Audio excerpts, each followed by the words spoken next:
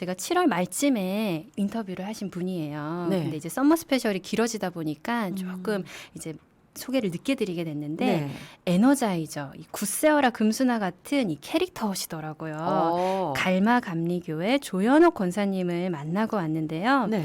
지난 7월에 저희가 전파 선교사 모집 생방송 중에 제가 이렇게 전화를 받고 있었어요. 네. 근데 권사님께서 이거 링크를 보내주셨는데 이거 진짜 잘 안 되네요 하면서 좀 도와주세요 하고 전화를 주셨더라고요. 그래서 네. 가족 이름으로 전파 선교사를 하고 싶으시다고 하시면서 연결이 되셨습니다. 네. 근데 권사님과 이제 기도 제목을 제가 나누다가 원래는 본인은 전혀 믿지 않는 사람이었는데 신앙생활을 하게 되면서 온 가족이 구원을 받게 되고 지금은 이제 전도왕까지 하면서 너무 감사한 삶을 살고 있다고 나눠주시더라고요. 그래서 권사님 삶이 너무 참 이렇게 나눠주셨으면 좋겠습니다 하면서 제가 이제 인터뷰 요청을 하게 됐죠. 네. 그러니까 전파 선교사 이제 모집에서 만난 분이시네요. 그렇죠. 그러니까 지난 전파 선교사 때 모집 생방송 때 정말 많은 분들이 함께 해 주셨잖아요. 네. 우리 애청자라고 하시면 뭐 후원에도 헌신해 주시는 귀한 분들 참 만나고 오셨을 것 같은데. 네. 그러니까 저는 뭐 믿음이 없던 분인데. 네. 권사님 이야기가 어떤지 참 궁금하네요. 네네. 우리 조현옥 권사님은 지금 은행동에서 부동산 일을 하고 계시고요. 네. 1년 전부터 신지하상가에서 의류사업도 하고 계신다고 합니다. 이렇게 일을 활발하게 열심히 살고 계시는데 사실 이 권사님에게 아픔이 있으시더라고요. 이 아들인 유동열 청년이 사실 장애를 가지고 있었는데요. 네. 이것 때문에 하나님을 알기 전에 정말 힘든 시간들을 보냈다고 합니다. 우리 권사님의 신앙생활 하기 전 이야기를 같이 들어보겠습니다.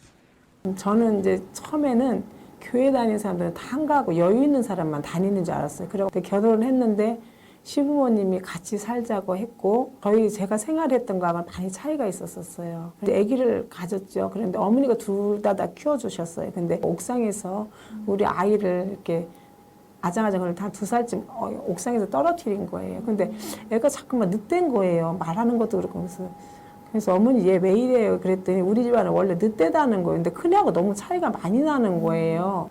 그런데 그걸 끝까지 숨기셔서 몰랐어요. 나중에 알았어요. 그때까지만 해도 공부를 진짜 열심히 시켰어요. 그 최선을 다해서. 그랬는데 어머니가 저 몰래 이제 개척교회를 이제 가신 거예요. 그 밑에 침례교회인데 그 지하에 있는 트러블이 많이 생겼어요. 그러니까 중학교 2학년 10월 달에 10월 1일 잊어먹지도 않아요. 아침에 자꾸 일어났는데 애가 지방에서 나왔는데 엄마하고 나왔는데 애가 저승사자 분장 딱 해놓은 거예요. 완전히 이렇게 보라 색깔, 진한 보라 색깔에 이를 누르는 데만 노랗게 좁쌀 같은 게 다다닥 났어. 이런 데도 노랗고요. 지금도 아니죠. 그래서 청소년기에 그런 애들이 다 경기를 한다는 거예요. 그게 초등학교 때까지, 3학년 때까지만 해도 어지간히 걔가 따라갔었거든요. 그냥 그렇게 해도. 그랬는데 경기를 딱 하고 나니까 애가 바뀌기 시작하는 거예요. 굉장히 폭력적으로 바뀌는 거예요. 밥을 좀 평상시에 좀 천천히 먹으라고 하면 그릇을 이제 벽에다 던져버려요. 그러면 다 깨지면 막 유리 조각이야. 그러면 막 제가 답답해서 울면서 그걸 치우면 제가 그때 또 머리가 길었거든요. 제 머리채를 끌고 다니는 거예요, 걔가. 그리고 이제 아빠가 멀리 출퇴근해, 청양으로. 그렇게 하고 나면 어떨 때는 부엌칼로 갖고 덤벼드는 거예요. 그러면 저는 방에서 못 나와. 인터폰을 누르고 싶어도 방에 있으니까 인터폰까지 갈 수가 없는 세상에. 이게 가능한 일이에요? 그러니까. 그리고 처음에는 장애인지 몰랐다는 거잖아요. 그렇죠. 나중에 발견하게 되신 거죠. 이게 얼마나 힘드셨을까 싶고 더구나 이제 코로나 때문에 장애인 시설하고 학교도 또 좀 이제 문을 닫아서 집에만 온전히 있으면서 애를 봐야 되는 시간이니까 얼마나 힘들까요? 권사님도 사실 그 매일 집에 이러고 있으면 얼마나 힘들어요. 그러니까요. 뭐 성화망이라고는 전혀 찾을 수 없는 시간이 분명히 되겠죠. 그리고 그게 내 힘으로는 분명히 안 되는 거잖아요. 그러니까 그게 너무 가슴 아프기도 하고 좀 힘들기도 하고 막 그럴 것 같아요. 맞아요. 또 아이의 장애를 이렇게 받아들여야 된다는 것도 좀 쉽지 않으셨을 그렇죠. 것 같고요. 우리 조현옥 권사님 실제로 보면 이런 어려움이 있으실까 싶을 정도로 참 밝으셨어요. 그런데 이보다 더 많은 어려운 고난들이 삶 속에 있으셨더라고요. 그런데 이런 어려운 고통 가운데 이제 하나님께서 우리 정말 조현옥 권사님을 교회로 인도를 하게 되시는데요. 그 이야기를 함께 들어보겠습니다. 고통이 참 많았었어요. 그래서 14층에 살았을 때, 갈마 아파트에 살았을 때 제가 투신자세를 하다가도 실패를 보고 걔를 데리고 나가서 강가도 데려가서 죽이려고 했어요. 걔 죽이고 저 죽으려고요. 그렇게 했다가도 실패 보고 이렇게 했는데 어머니가 이제 저 몰래 교회 다닌 걸 제가 이제 알게 됐잖아요. 그래 어머니는 참 여기 있어서 참 좋겠다고. 나는 이렇게 힘든데. 그러면서 어머니는 실컷 다니시라고 교회 나가면 밥이 나오냐 떡이 나오냐 내가 막 그랬어요. 그렇게 하다가 애가 이제 그렇게 경기를 하니까 제가 고민 그 청바지 하는 노승혜 권사한테 상의를 했어요. 우리 애가 처음에 이러더니 자꾸만 이렇게 하고 그냥 경기를 하는데 나중에는 60일 간격에서 일주일 간격으로 경기를 하는 거예요. 서울대 병원을 다녀도. 나 죄를 많이 졌나 봐. 그냥 자기랑 한 번만 가지. 그래서 이제 갔어요. 각자 이제 기도를 하라고 하는데 눈물이요. 어쩌면 전 되게 독했거든요. 젖밖에 되게 이기주기했었어요. 눈물이 하염없이 흐르는 거예요, 제가. 닦고도 이게 창피해 죽겠는데 계속 눈물이 나는 거예요. 그래서 이제 그렇게 하다가 이제 집으로 이제 새벽기도 끝나고 이제 신랑한테 얘기를 하고 간 게 아니고 그냥 갔다 온 거라서 갔다 왔더니 둘이 자고 있더라고요. 근데 그렇게 죽이고 싶고 쟤만 없으면 좋겠다는 그 생각이 우리 신랑은 너무 얄미웠어요, 솔직히. 왜 아무것도 안 도와주니까. 그랬는데 신랑이 또 불쌍해 보이는 거예요. 애들이 크면은 이렇게 좀 의지되고 막 이러는데 우리 신랑 목욕탕 한번 못 데려가고 참 그렇다. 우리가 참 불쌍하네. 그리고 쟤도 다른 애들은 다 뛰어놀면서 지가 버스 타고 가면 버스 타고 뭐 하고 싶으면 먹고 싶으면 먹고 이렇게 자기 표현했는데 얘는 그게 전혀 안 되니까. 그래서 이제 걔가 불쌍하게 보였어요. 신랑도 불쌍해 보이고 다 불쌍해 보이더라고요. 그때부터 제가요. 그래서 그때부터 되게 잘해줬어요. 그러니까 하나님 주신 마음인 것 같아요. 그렇죠? 맞아요. 그리고 처음에는 뭐 시어머님이 아무리 교회 얘기를 해도 이제 핍박하고 그러셨다는 거잖아요. 그렇죠. 근데 이제 너무 힘드니까 이제 친구분의 이제 권유로 교회를 가게 되신 건데 그때 정말 큰 은혜를 받으셨다고 하시는 건데 근데 우리가 정말 은혜를 받으면 달라지는 건 확실한 것 같아요. 그러니까 맞아요. 네. 또 다른 사람들을 좀 이제 긍휼하게 좀 바라보고 그래도 자살을 하려고 했던 그 마음을 얼마나 힘드셨을까. 그래도 친구분께서 하나님이 이렇게 만나게 하셔서 친구분을 만나게 하신 거군요. 네네. 저는 이렇게 간증 인터뷰할 때마다 정말 동일하게 느끼는 거는 하나님께서 일하시는 타이밍이 이제 본인의 죄를 먼저 보게 하시고 하나님께서 본인에게 이렇게 은혜가 임하면 꼭 옆에 있는 다른 사람들을 긍휼의 마음으로 보게 하시더라고요. 그때부터 이제 가정이 회복되고 변화가 일어나는 것 같아요. 이렇게 변화된 권사님께서 이제 교회에 등록하게 되고 말씀을 듣게 되고 은혜를 입고 가족들을 정말 잘 섬기고 열정적으로 교회에 헌신하게 되시는데요. 그 아들의 경기가 굉장히 심했다고 하는데 아들의 경기도 멈추고 또 가족 안에 변화가 있었다고 합니다. 그 변화의 시간들을 한번 들어보시죠.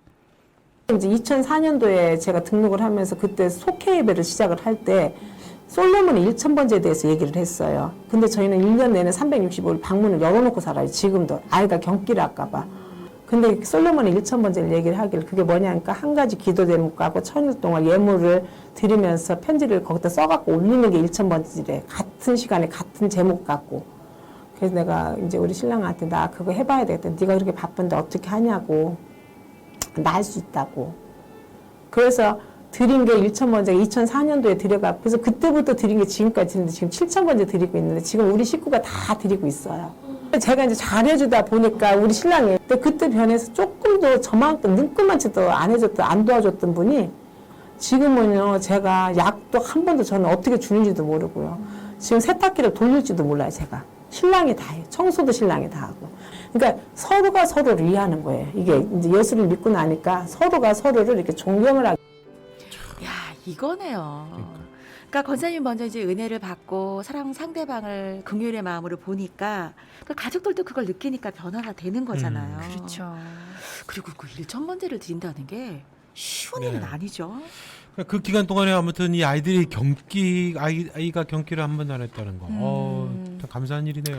네, 저는 이 하나님께서 이 가족의 중심을 보시지 않으셨을까 싶어요. 그리고 이 외에도 많은 간증을 해주셨는데 장애 동생을 둔 딸이 혹시라도 결혼할 상대를 만나기 힘들지 않을까 생각해서 권사님이 사위를 놓고 기도를 많이 하셨대요. 믿음의 사람, 능력의 사람, 사랑의 사람, 그리고 무엇보다 동생을 이해하는 사람을 맡게 해달라고 기도를 하셨는데 이 기도 이상의 좋은 사위를 얻어서 네. 정말 아름다운 가정으로 응답해 주셨다고 합니다. 네.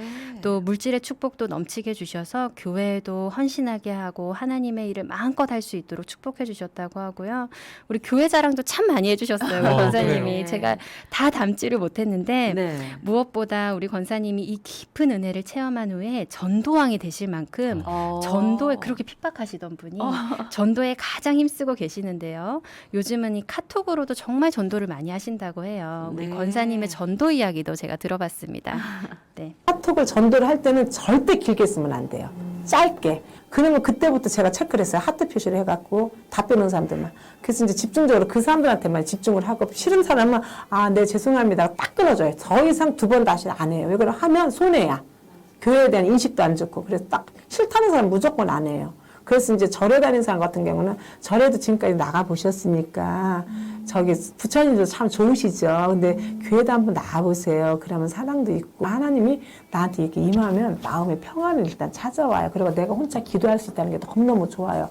그 절에 다니면 내 자신이나 우리 식구들만 있어 기도를 하지만 교회를 나가보면 전체를 위해서 기도할 때가 참 많아요. 이제 그렇게 해서 교회를 나쁘다고 상대방이 나쁘다고 이렇게 저는 안 해요. 절대가 나가서. 인정을 해줘요. 손님들한테 어떤 믿음을 갖고 계세요? 이렇게 물어봐요. 그러면 이제 뭐 절에 나간다, 천주교 나간다, 교회 나가다 이렇게 쭉 나오잖아요. 교회 나갔다 쉬었다 뭐. 그러면 하나님을 한번 믿어보세요. 저도 그랬거든요. 저도 진짜 교회 나오면 진짜 할 일 없는 사람들이 그렇게 막 그렇게 하고 다니는 줄 알았더니 어려운 사람은 진짜 교회에 다 모였더라고요. 그래서 저는 이렇게 늘 이렇게 전도하고 우리 아들이 장애 1급인데요. 우리 아들을 장애 1급 준 거에 대해서 너무 감사하게 생각하고 있다. 걔로 인해서 우리 가족이 모두 구원을 받았고 그리고 저를 전도해준 그 권사님이 항상 고맙게 생각을 했다고. 왜 그러면 내가 진짜 자살을 하려고 했던 죽으려고 했던 사람을 거기서 저를 안 죽게끔 만들었던 거 아니에요, 지금. 그래서 항상 저를 전도하는 사람이 너무 고마웠어요. 근데 항상 전도지를 항상 갖고 다녀요. 1년 내내 전도를 해요. 저는 항상. 나가면 지하상가 돌릴 때마다 전도지를 가방이 있어요. 전도를 항상 갖고 다녀요. 지금도 항상. 그래서 하면서 이렇게 오늘도 이 좋은 말씀인데 딱 요점 정리만 딱 해줘요. 이번 주 말씀은 이건데요. 보시고. 처음에는 좀 그래도 지금은 안 주면 왜 안 줘요? 이래요, 사람들이. 그거 이번 주에 안 나왔어? 이렇게 물어봐요. 그러니까 이제 서서히 이제 복음이 이렇게 들어가. 왜 안 줘요? 이번 주 안 나왔어요? 뭐 이렇게. 전도가 딱 생활에 몸에 배 있는 분이죠. 정말. 그러니까요. 네네네. 야. 그리고 또 너무나 큰 경험을 하셨고 그렇죠. 또 간절했고 또 본인이 그렇게 변화를 받았고 또 생명을 건진 거잖아요. 그렇죠. 그러다 보니까 그 이야기를 어떻게 안 할 수가 있겠어요. 그렇죠. 이제 본인이 그렇게 겪으셨기 때문에 네. 우리 권사님이 저도 그랬어요라고 이렇게 공감을 해주시는데 저도 마음의 문이 열릴 것 같더라고요. 그래요. 그 진심이 느껴지는 것 같았어요. 우리 권사님께서 매일매일 주님을 간증하면서 정말 많은 분들에게 전도에 힘쓰고 계시는데요. 사실 우리 극동방송 네. 홍보대사이신 것 같아요. 우리 권사님이. 그래요? 권사님. 그렇게 우리 극동방송을 또 많이 전달을 하시고 알려주시더라고요. 네. 마지막으로 우리 권사님이 극동방송을 통해 받은 은혜도 정말 크신데요. 함께 나눠주셨습니다. 들어보시죠. 어쨌든 요새 같이 코로나 시대 때 제가 이제 7구자 그렇게 하게 된 것도 이번 기회에도 이제 또 링크를 왔는데 전체를 7개를 하니까 또 안 되는 거야. 그래서 제가 그때 전화를 드렸던 거예요. 근데 항상 감사하게 생각한 게 진짜 극동방송 들으면요 유익하고요. 생활 정보도 많고요. 배우는 거 되게 많아요. 그러니까 들어보시라. 그리고 참 마음이 일단 평안을 줘요. 그리고 요새 코로나 시대 같을 때 우리가 전도하러 못 다니는데 어떻게 전도를 하겠냐. 근데 방송에서 이렇게 하면 같이 참여하면 많이 전파가 되니까 어쨌든 뭐 시간과 공간을 초월해서 다 되는 거니까 좋지 않냐고. 그래서 지금 요즘 시대는 진짜 방송이 최고인 것 같아요. 방송은 더군다나 이런 광고 방송 다른 거하고 틀리잖아요. 근데 뭐 요새는 저는 거의 TV는 잘 안 봐요, 솔직히. 그냥 거의 극동방송을 살고 다니거든요. 만약에 머리 감을 때도 옆에다 갖다 놔. 목욕탕 앞에다가. 그리고 잘 때도 항상 그 성경책 읽는 그 상 있잖아요. 거기에다 올려놓고 항상 밤새도록 듣다가 그냥 자는 거야. 새벽에 일어나면은 밭에 갈 때 극동방송 들으려고 항상 갖고 다녀. 라디오를. 그래서 비 오는 날은 안 들리니까 귀에다 이어폰 끼고 그렇게 들으면 다 들리거든요. 근데 조금 되게 죄송했던 게 한다고 하면서 못하고 전파선교에서 한다고 하면서 못했잖아요. 근데 그게 너무 양심이 되게 많이 걸렸었어요. 근데 이번에 한 것이 진짜 감사하더라고요. 그런 기회 주셔서. 아, 7구전 하신 거예요? 그러니까요. 네, 가족 이름을 전부 다 해주셨습니다. 극동방송의 네. 찐팬. 그러니까. 그리고 내가 한다고 하면서 못한 게 찔려요. 네. 근데 하게 돼서 너무 감사해요라고 하시는 이 고백이 너무 너무 감사하네요. 감사하네요. 네, 우리 극동 방송 중에서도 이 사랑의 틀 안에 아주 찐팬이십니다. 아, 그러십니까? 네. 그래요? 아, 성함이 어떻게 되신다고요? 네. 조현호 권사님. 네, 권사님 아, 반갑습니다. 권사님 반갑습니다. 네, 이경국장님이 아주 찐팬이십니다. 네. 우리 권사님은 정말 본인이 누리는 기쁨과 은혜를 누군가에게 또 기회를 제공하고 흘려보낼 수 있어서 이 후원을 하시면서도 너무 감사해하셨어요. 네. 오히려 이 지하상가 같은 곳에는 정말 라디오 방송이 필요하다고 해요. 지금 이 코로나 시대는 더욱이고요.